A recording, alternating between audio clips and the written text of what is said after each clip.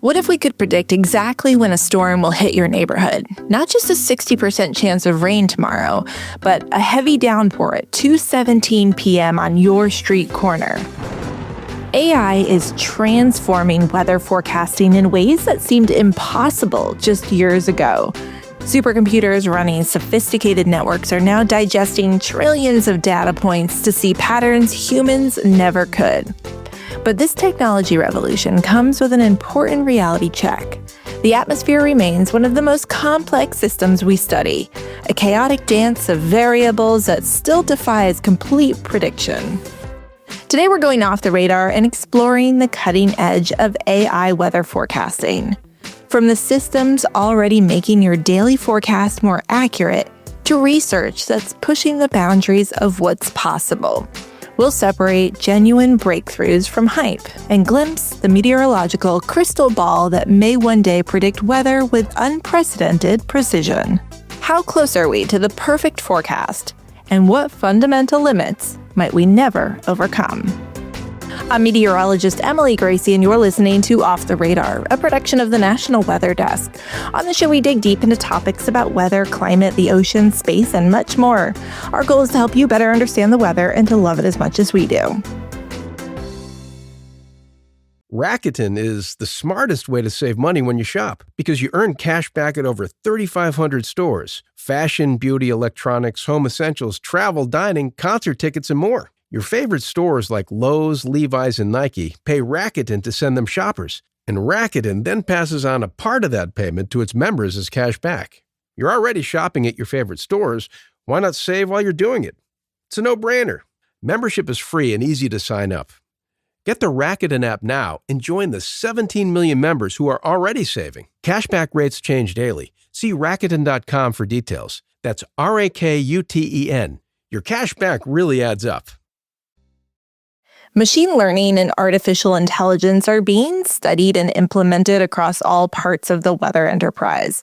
NOAA, or the National Oceanic and Atmospheric Administration, is using AI in a number of different ways, like for urban heat mapping, marine life identification, and even rip current detection, which we'll take a deeper dive into in an upcoming episode. Today, we have two AI experts joining us. Ilan Price is the lead author on Google DeepMind's latest publication. It's about GenCast, a breakthrough AI model that's pushing weather prediction beyond what we thought was possible, delivering remarkably accurate forecasts up to 15 days in advance. He'll share how GenCast is redefining the boundaries between what's predictable and what's not. Ilan will take us inside this game-changing technology and discuss why their forecasting is so important to the safety of people. Sometimes it's really important to know that there's a small chance of a really bad thing happening. And if you're only ever going to give the most likely prediction, you might miss that risk is something that you need to account for and you need to prepare for. But first up, we're going to hear from Dr. Amy McGovern, who leads the National Science Foundation's AI Institute for Research on Trustworthy AI in Weather, Climate, and Coastal Oceanography at the University of Oklahoma. Amy's been in this field since before most of us ever even heard the term artificial intelligence. She's an expert on what is possible, what the bumps in the road may be, and what she's concerned about when it comes to the future of AI and weather forecasting. That somebody's going to predict the weather and people are going to die because it wasn't verified well, and it's a serious worry for me. From enhancing daily forecasts to potentially saving lives during extreme weather events, AI is transforming how we understand the atmosphere above us. Stay with us to discover how these computational breakthroughs might help us navigate an increasingly unpredictable future. Amy McGovern, thank you so much for coming on to talk about this important issue today. A lot of buzz out there, so I want to get the sitch from you on everything going on. But can you give me a little background on yourself first and what your educational background is and then what you research right now? So I'm a professor. I'm generally appointed in meteorology and computer science. And so you asked for educational background. My PhD is actually in computer science. And I like to tell people I've been doing AI since before AI was cool, because I think a lot of people seem to think that AI just appeared in the last few years, and that's not true. So my PhD was in AI. And then, I wanted to get into meteorology because it allowed me to do something that's interesting. And it lets me develop AI for a way that could save lives. Oh, good, because I want to talk about the history of AI in our country too, because like you said, it's gotten a lot of buzz in recent years, but can you tell me how long it's been in use and kind of the beginnings here? It's been around a long time, since like the 50s and 60s. 1950s and 60s, so that's clear. It started with some really early systems they called like expert systems, where they were trying to do help decision making in complicated decisions like healthcare systems. And they're really simple, like expert systems were rule-based systems. They were, can we codify sort of what's going on in the human decision making so that we can help them go through large quantities of data and perhaps remove some of the biases that are happening in these human decisions. So there were some of the early applications were in medicine. And then some of the other early applications, of course, have been in robotics, because robotics has been around a very long time too. And trying to make the robots do something more intelligent than be an RC system is a great part of AI. Interesting. Okay, what about with weather? What about weather forecasting? When did that start? So AI for weather has probably been around. So I've been part of the AMS AI conference for a while. And I think it started before I got out of grad school, so in the 90s. But they weren't meeting every year. There were just initial applications. And a lot of the initial stuff was basically taking the existing physics-based weather models and doing post-processing. It's no longer called that anymore. They have cool new words for everything. But post-processing is basically you take the physics-based model, you take the output, and then you try to correct the model biases, because those do happen. Everybody knows, one model has a cold bias, one model has a quorum bias, one model has spatial bias. So a lot of that was the early applications. And then people started to be able to dive into, what can we do that's even better than that? Can we take the real-time data that's available and put that on top of the weather, the physics-based model, and try to give you a better forecast in real time, for example? Okay, a lot of our listeners are probably not degreed meteorologists or scientists. So can you tell me kind of in layman's terms how AI is being used right now? Like if you're someone who's just looking for a forecast, maybe you pull up your phone every now and then, where are we seeing practical uses of AI in our forecasts now? Okay, so that's a great question. I think that, the AI is happening behind the scenes. And so it's happening, most people are grabbing their smartphone and looking at the weather forecast, right? And what they're getting is a personalized forecast, right? The forecast is trying to personalize it for where they are. It's trying to give them a hyper-local forecast. And that's being done with AI primarily, because what it's doing is back to that post-processing, trying to take the large-scale model and try to downscale it, for example. It's happening in other places. There's some new, the reason that AI is getting sort of hot right now is that you're hearing about these new global scale AI models, like Google's models and NVIDIA's models and all these other models. And you're hearing about them on the news and you're saying, wow, they're doing these great things. What they're really doing is AI-based weather forecasting across the whole globe. They're not going to, right now, they're not giving you something that's going to tell you where the next tornado is going to be. What they're doing is giving you a good idea of what the temperature is going to be. When's the next cold spell coming? When's the next heat wave coming? And those things they're doing really well at. And again, I think from the public, it's still behind the scenes. What's happening with those is those models are being used by the forecasters to put the human over the loop and give you a new forecast, but that's coming in as input to them. This latest cold freeze that just happened, I know this is airing in a couple of weeks, but there's a cold spell right now. And, some of the models didn't predict it to be as cold as it was. And if you go look at some of the AI models, some of them nailed it. And, that's a good question. Are they going to nail it all the time? That brings up the point of specific types of weather. Do you see AI being successful with certain types of weather over other certain types of weather as far as research going on right now? Is there that possibility that it will predict where the next tornado is going to be or exactly where a hurricane is going to make landfall? Those are excellent questions. And it actually relates to one of the things I'm doing outside of academia. So I'm consulting for a company called Brightband. We're a new startup company.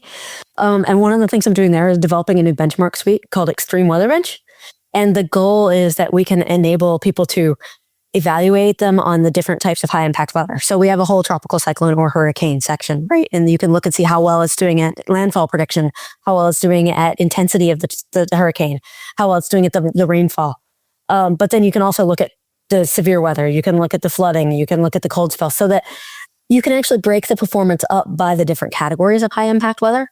And I think that's going to be really important, because right now, primarily the way people are evaluating them is they're looking at like the global root mean squared error. So they're saying, oh, well, on average, we're off by 2 degrees. Well, you know what? When it's 2 degrees off at 75, no one really cares. But when it's 2 degrees off, I'm sitting here just on the line of a freezing rain event, right? And the 2 degrees difference between 33 and 31 is a big difference in impact. right? And so an RMSE kind of obscures that, and having something that lets you dive into what the real impacts were, I think is good. And so the answer to your question is, I think that the AI models are going to do well. We're already seeing in the news people looking at specific tropical cyclones, but they're not, when they do that, they don't tend to look at the other events, right? So what we need to do is start diving into each of these high impact events and say, how well is it doing at that? You ask about tornadoes. Yes, I think that there are models in development that are working on those tornadoes. Are they ready tomorrow? No. But it does seem that AI progresses much more quickly than like the science of the past. Am I crazy or is that true? Is it progressing really fast? It is progressing really quickly. I don't know that it's that science of the past is slow so much as computers are getting faster all the time. So we're able to do things that we weren't able to do before. And the exponential growth in computer speed is enabling things to grow exponentially faster, right? You might have thought up, so the deep learning algorithm, for example, was thought up much earlier than it was actually been able to be used because the computers didn't exist for it. But as soon as they existed, people were able to just go. Gotcha. Okay, that makes sense. All right, you brought up a company you're working with, private sector. I would like to bring up NOAA, hot topic in the news right now. But what is your knowledge of what's going on with NOAA when it comes to the use of AI? Is there stuff in the works? They have good stuff in the works because they have a NOAA Center for AI. It's a little bit different because of the way that NOAA is funded through Congress. They can get mandates to do something, but they don't necessarily get handed funding for that. And so the NOAA Center for AI was created a couple of years ago, and they've really been working hard, but they were not actually granted an appropriations in the budget to actually fund them. And so they've been working with what the resources they can do. But they are doing a lot of AI throughout NOAA. And if you go to the NOAA Center for AI webpage, you can actually see a bunch of the applications of AI throughout NOAA. Because I do have such close colleagues in NOAA, I see a lot of the things they're doing. They're testing these global AI models. They're testing the regional models. The tornado thing that you mentioned, there's a tornado model that's being developed that's actually based on Google's GraphCast model. It's called WAFScast. WAF stands for Warn Arm Forecast Model. So they're trying to make a GraphCast-based version of the Warn Arm Forecast model. It's not operational, but that's another thing that NOAA does really well. NOAA does trustworthiness. They focus on making sure the models are trustworthy, and so they bring them up in test beds. And so all of these models that are getting tested in the test beds before they go out and get thrown at the humans and the public.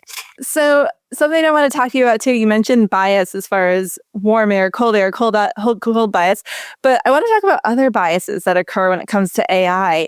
Can AI be, and people can be this way too, can AI be biased against certain types of people? Well, AI can, certainly. I think that's been in the news, right? The most obvious example is if you train the database on all white faces and you give it black faces to recognize, it struggles to recognize black faces. We have a paper that actually talks about how some of these biases can transition over to weather too, because you're not doing face recognition in weather. And so that's not an obvious translation. But there are ways in which those sort of societal biases that are happening do transition over. And that has to do with, for example, with the data that you've collected. There tends to be more crowdsourced data in the more socioeconomic regions. But there's also just biases that exist in weather data that don't exist in other types of data. So physics bias. So the laws of physics apply to everything.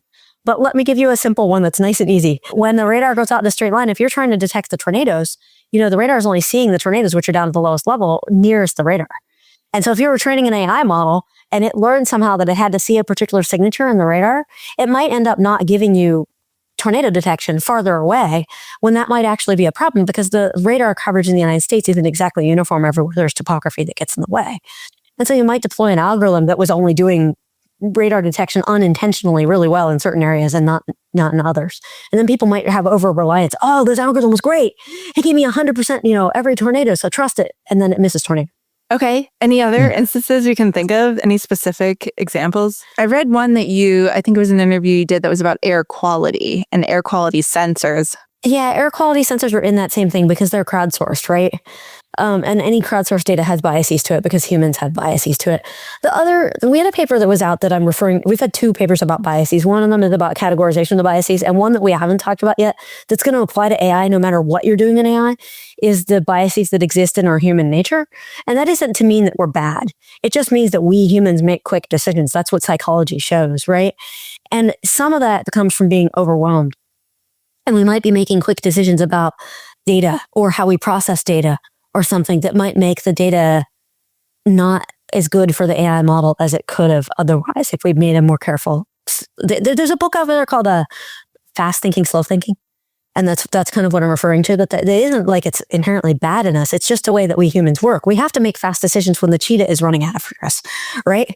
But you want to make a more slow decision when you need to like ponder things. And sometimes when we're making the fast decisions, we're not aware that we're making the fast decisions. And so we might be making choices of metrics that aren't the best metric to actually check things. We might be making choices of how we process the data. We might be making choices when we're looking at model output and just saying quickly, I like that one, without diving into it deeply to understand where it is. I guess I'm curious what the solution is then. Is it, more ethical training? Is it more variety of people working on the project? What's the answer? All of the above. We've got a project that we just got funded and that we're working on developing some measurements so that you could actually ask your AI for weather model how biased it is in certain situations. Like if it's suffering from the physics bias, if it's suffering from a geographic bias, that's another example we could give. Like, you trained it all in the Southeast, but now it doesn't work all that well in the Northwest because they are very different weather regimes. So ask it these things so that you could then have a way to mitigate it. So if you had a checklist, then you could go through that and say, okay, now I can be more confident of that. So, but I think if you have the more people you have working on it, the more people you have are going to ask those kinds of questions. If you really literally only know the weather in one area, you're not even going to know that you're wrong in other areas.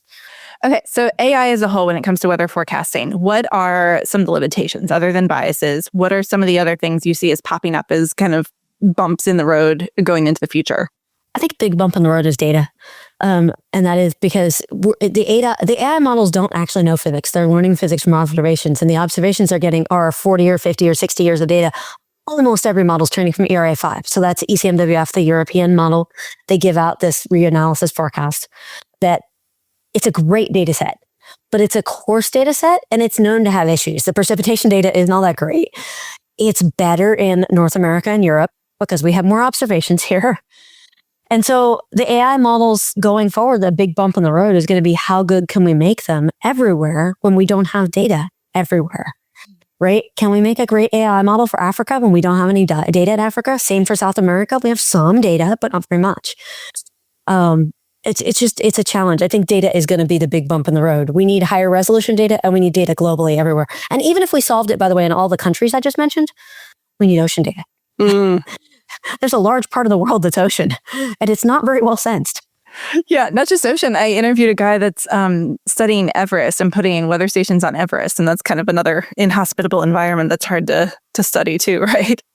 Very true, and it affects the rest of the world. That's the weird, like, people who are studying like something like, okay, I need my tornado and I need to know whether or not it's going to be here in the next hour in Oklahoma. I really don't care what it's doing in Everest right now from Oklahoma, right?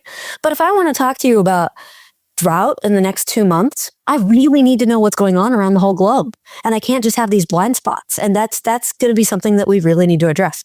I saw a really cool talk at AMS. This is not my work, so I'm promoting somebody else's work, but it was a really cool talk. Greg Hakem from the University of Washington gave a talk asking about what the limits of predictability were and whether or not AI could break the limits of predictability and that are known right now with the physics-based models. And I think that the talk he did was really cool because he was asking the question of, if you knew that there was going to be this really big event, how far back in advance could you get the AI model to predict it? And he showed that you could do it farther back than any of the physics-based models could do now. No, it still requires you to know the right answer. But that's another thing that I see coming up. Is like, how can AI break that current predictability barrier? How could we start predicting things 4 weeks in advance? By the way, for the listeners, I'm not saying this is happening tomorrow. So when is it happening? This is still in development. Yeah. Any timeline at all? Are we talking months, Yes. years, decades? Years, but not in the decades. Not in the decades. I think that a lot of the stuff is going to be especially because of what you asked at the beginning. AI feels like it's going exponentially. I think we're talking in the next couple of years, we're going to see some real breakthroughs on a lot of this. Are there any unexpected uses for AI that you've seen come up that weren't really planned that have been useful when it comes to weather or climate? NOAA has a couple of examples of those that I didn't really think about, and that's because I don't think as much about the ocean. So they have two that I've seen that I think are pretty cool. One is recognizing whale songs and whales and different whales, like a whale ID, not just songs, but like faces. And so you can actually figure out the migratory patterns of individual whales, which is just pretty cool because to me, it's a whale. And another one I saw that they've got deployed is riptide detection. Yes. And that's a place where you could save lives. And that it probably isn't unexpected to somebody who studies the riptides on a more regular basis, but I live in a landlocked state, and I just thought it was cool. Because imagine that you could deploy that, and all the people that don't understand riptides, they could at least automatically have something on the beach that says, right now there's a high riptide, and you could visually show it. Here's where it is. Please don't go in. Because I think people sometimes don't always read the sign. Oh, that sign's been up since yesterday. There's an upcoming podcast episode, actually, with Greg Dusek that I'm doing. Oh, awesome. Yeah. Awesome. Amy, is there anything else you want the general public to know when it comes to AI, what they should be looking for, what they should be wary of in the future when it comes to weather? That's an interesting question. I think a lot of the places that are out there right now are trying to make sure that they're testing what they're putting out, but I have a concern that there might be people who are putting out models that they're overselling them before they're ready because of the AI hype. And that is my concern and my thing to be wary of. I think that if you're running purchasing for a company, please make sure that what you're looking at is an actual model that's done a good set of evaluations. I think I'm not worried about that for the general public so much because I think the general public, the models that are getting deployed on your phone are getting pretty well verified because most people are getting them from NOAA, and NOAA does a really good job of doing verification and validation. But it's a concern for me that that somebody's going to predict the weather and people are going to die because it wasn't verified well, and that is it's a serious worry for me. Yeah, it's a legitimate concern. Yeah, it really kind of drills in the whole point of, the weather enterprise and the necessity of this piece of government, private sector, and academia all working together at this. So yes, having these collaborations and these partnerships is going to be really key to going forward, because that's another thing. You asked about a bump in the road earlier. Here's a bump in the road. NOAA doesn't have the computing resources that private industry does. Academia doesn't have the computing resources that private industry does. We need to find a better way to do those partnerships, right? Because academia can take a little bit more of the risks because that's what we write the grant, but we're not selling the product. Whereas private industry needs to sell the product, but maybe we can do some of that exploration together so that it can actually be a great risk management strategy where we can do something really cool with the resources, but developing something that maybe somebody in private industry couldn't do it on a quarter basis. It's fun stuff. I'm very excited about the future of AI for weather.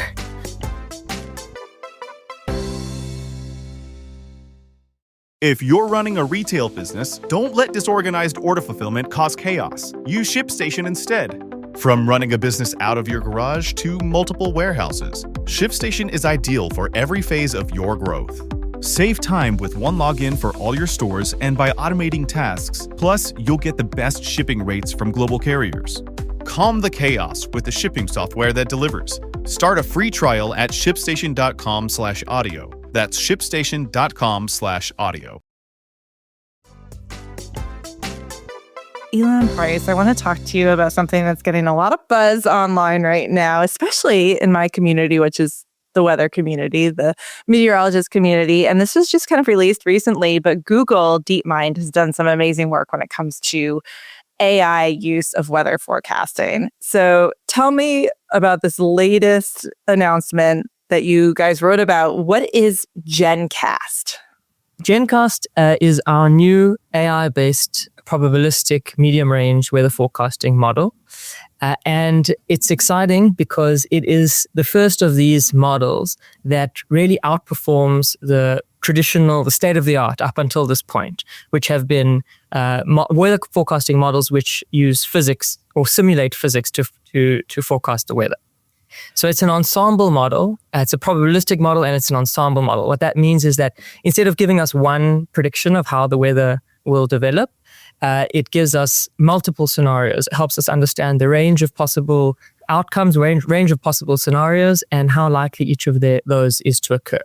And that really makes it much more useful for decision making. And in fact, the operational forecasts that we rely on day to day are ensemble forecasts like this.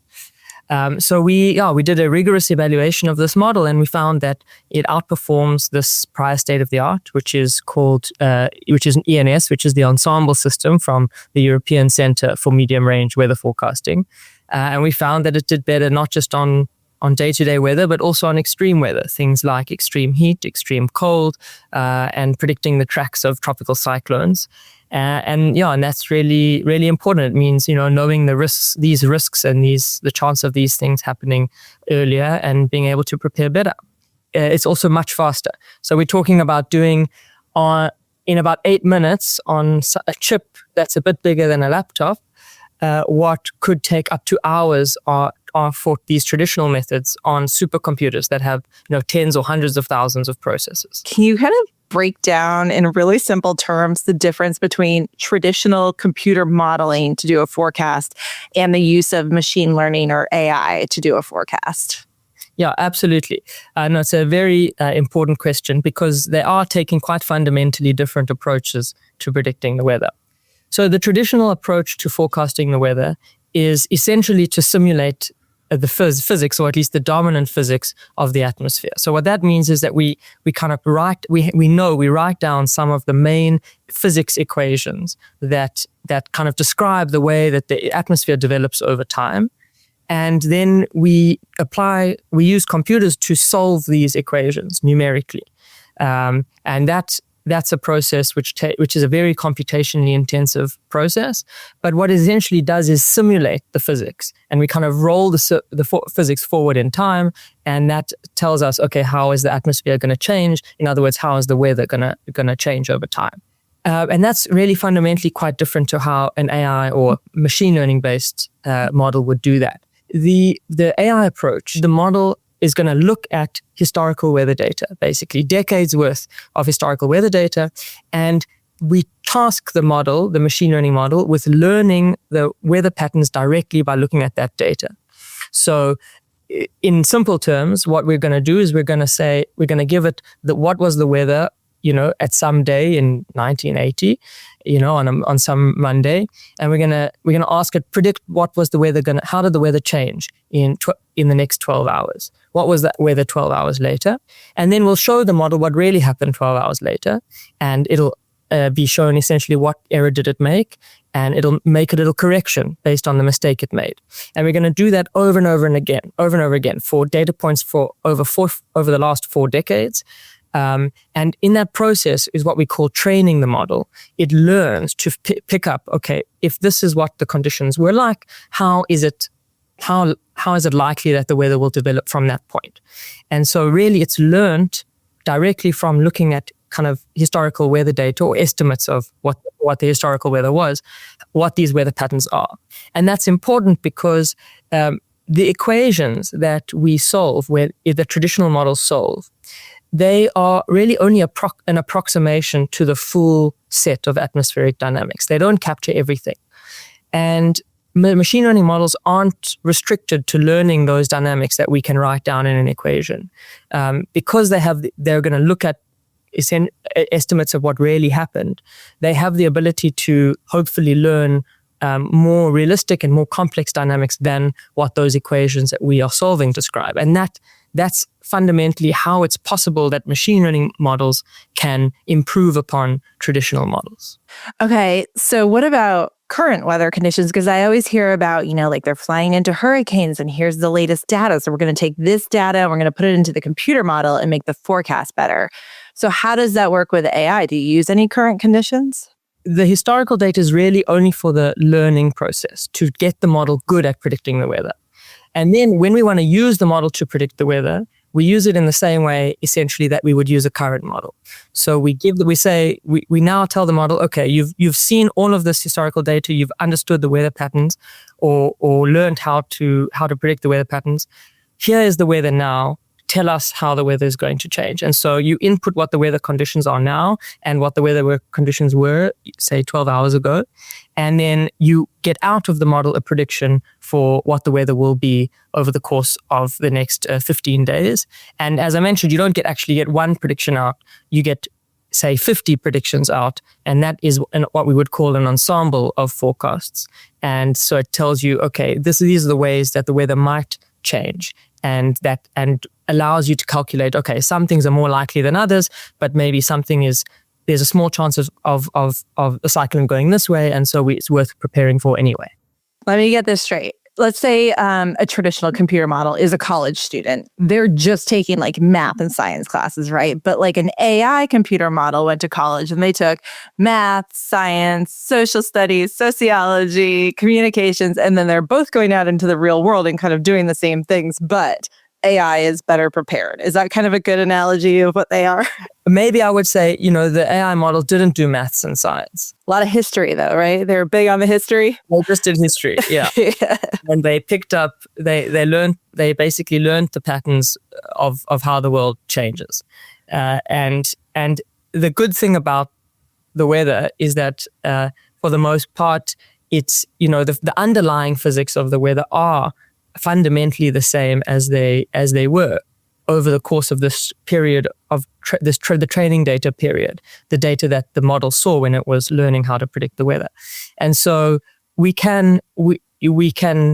verify, through this process of validating how well the model performs, we are checking that the kind of underlying processes of the weather are the same. And so it works to learn from the past and then predict in the future, because the fundamental patterns that it's learned are still true today, even though it learned them by looking at data from the past. Is an AI model going to do a better job of predicting weather in a changing climate then, because it's not having to go back and look at new physics all the time? Instead, it's just looking at like the past 20 or 40 years worth of data? It's a really good question.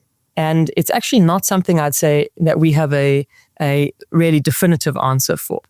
What I can say is that one of the main concerns, one of the chief immediate concerns of climate change is extreme weather, and so an important part of the paper that we published in Nature was an evaluation not just of, the kind of average case weather over the course of the whole year, which we did do, but was also to look at how does the model do at predicting the risk of extreme weather? So extreme heat, extreme cold, and the tracks of tropical cyclones or extreme wind speed.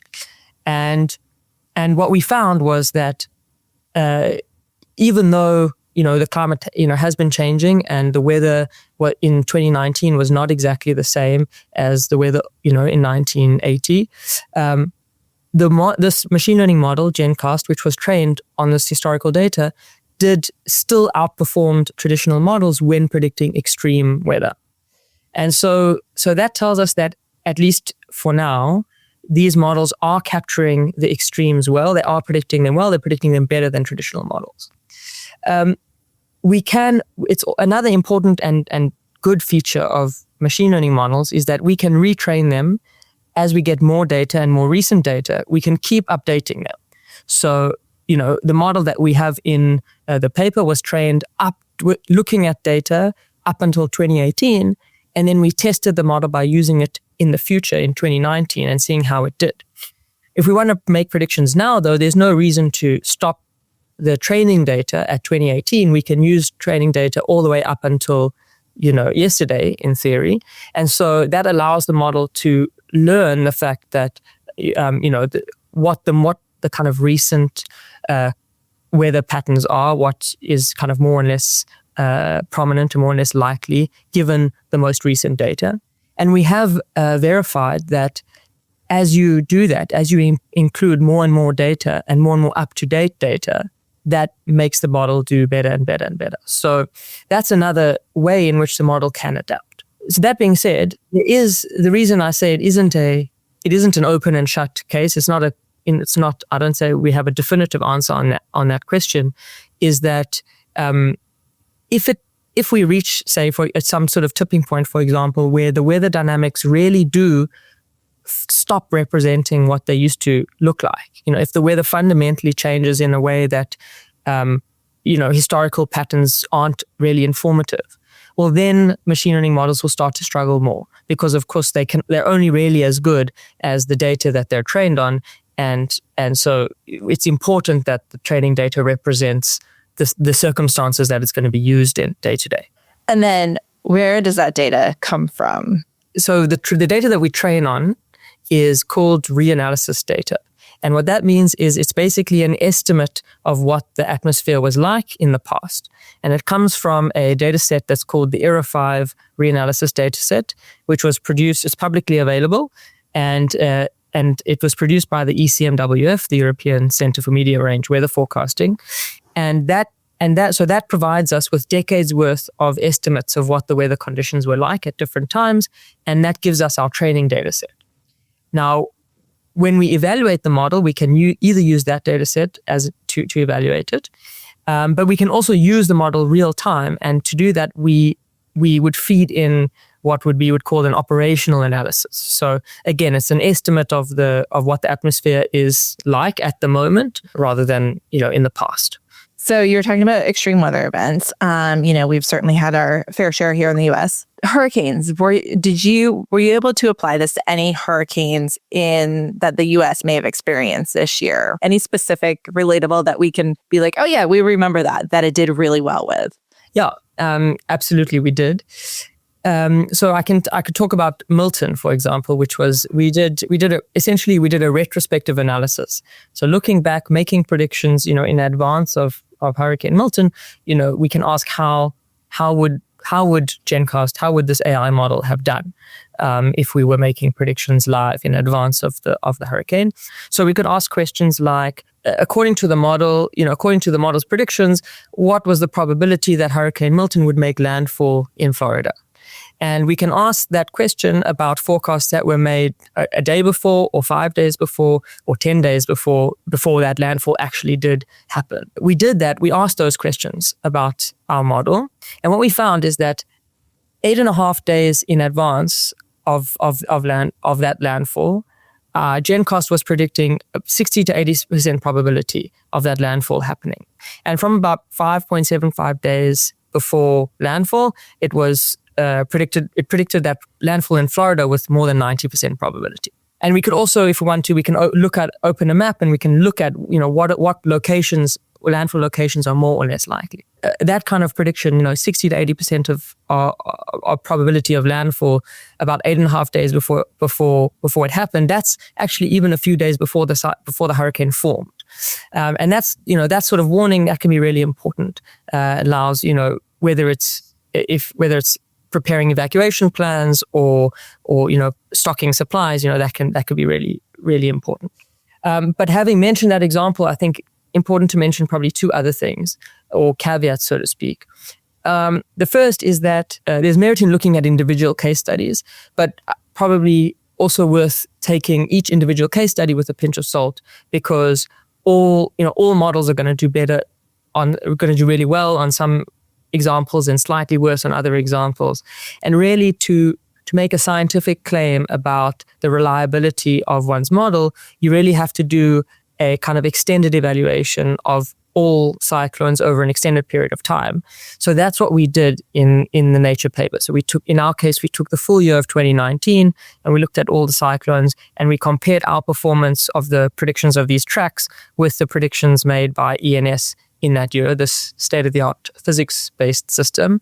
And so it's on that basis, that we are able to claim, okay, we're doing better at predicting the tracks of tropical cyclones, rather than on the basis of cherry-picking a particular case study because, we did really well in predicting Milton. So so we have done that analysis. That analysis is in the paper. And then the second thing would be to bring up a limitation that GenCast and that this model currently faces. And that is that while it's currently really good at predicting the tracks of these storms, it currently doesn't do very well at predicting intensity of tropical cyclones.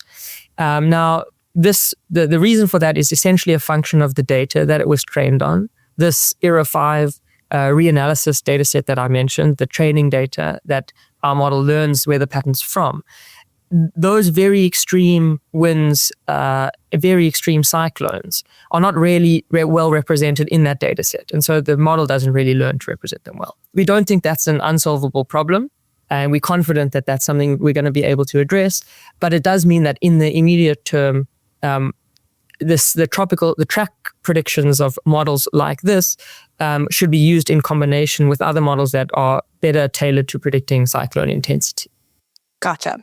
Okay, and you're talking about like the next step here and what you're going to do in the future, but the past was not that long ago, because I feel like it was just about a year ago I was talking to one of your colleagues about GraphCast and how amazing that was. And then here we are, this is now just a short time later talking about the next big thing. So this is really progressing pretty quickly, right? Can you tell me also the difference between GraphCast and GenCast? You're absolutely right. The pace is really rapid. And especially if you think about the fact that, we got to where we are now with traditional models really over the course of decades. And they have been fundamental in creating the data that has allowed this accelerated advance of AI-based models. Based on that, based on those advances, based on that data that those traditional models created, really in the course of a few years, AI models have caught up and surpassed this decade's worth of research in traditional models. And now we have state-of-the-art weather predictions coming from machine learning. So really, the pace is very fast. And yes, the kind of gap between GraphCast and GenCast, the previous medium range weather model from Google DeepMind and this most recent one is also quite big. The fundamental difference between the previous model and this model is that the previous model was a deterministic model that gave us 10-day predictions. So it gave us a single kind of best guess at how the weather is going to develop. And that was a really important milestone because it really showed that machine learning models could learn some fundamental weather dynamics, and they could compete with single deterministic simulations by physics-based models. But even after GraphCast, the best operational systems were still using traditional-based methods, and that's because operational models have been ensemble models. They have to be probabilistic models because the weather is inherently uncertain. We can't predict it exactly. And so what we need to do is be able to predict the risks of different events happening. And that aspect of what's necessary for a really useful weather model, that's what our new AI model gives us. The fact that it's an ensemble model that gives us a range of possible scenarios and shows us what's more likely, what's less likely, and allows us to make sure we capture risks which are important even if they're small. Sometimes it's really important to know that there's a small chance of a really bad thing happening. And if you're only ever going to give the most likely prediction, you might miss that risk is something that you need to account for and you need to prepare for. Machine learning AI models are kind of ready for prime time in a sense. They're now ready to start being incorporated into operational weather forecasting systems and used alongside these traditional models. It's really interesting what you said about conveying a small risk, even if it's really small, conveying that it exists. That's really I'd love to talk to a social scientist about that and understand what the world would think of that. You mentioned hurricane intensity and wind speed. Are there any other weaknesses or limitations of the model? Well, there's definitely opportunities to improve it. So, for example, there are certain variables, atmospheric variables, which the model doesn't at the moment predict. So, for example, it doesn't predict cloud cover at the moment. There isn't really a kind of fundamental reason why it can't. We just didn't train it with that data. So the model could be retrained to do that. It could also further improve its resolution. So the model at the moment is a 1/4 degree resolution model. That means that essentially we kind of divide up the world into these little squares. Each one is a 1/4 degree latitude by a 1/4 degree longitude. And then when we make a prediction for all of the different weather variables for each of the squares. And the smaller the squares, the higher the resolution of the model. And one option would be to train a model like this just at a higher resolution than what we've currently trained.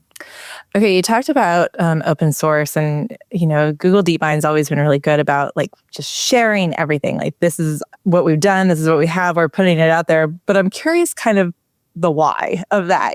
Most people are in something to make money. And so I'd love a little background on the ultimate goals of DeepMind and what the plan is here, because everybody thinks of Google as a search engine or their email. So what's with the science part? Well, you're absolutely right that the team has a great track record of open source. In particular, the weather team here that developed our previous model. That model was the code was made open source. The weights were made available for non-commercial use, so researchers could use them, could actually run the model themselves.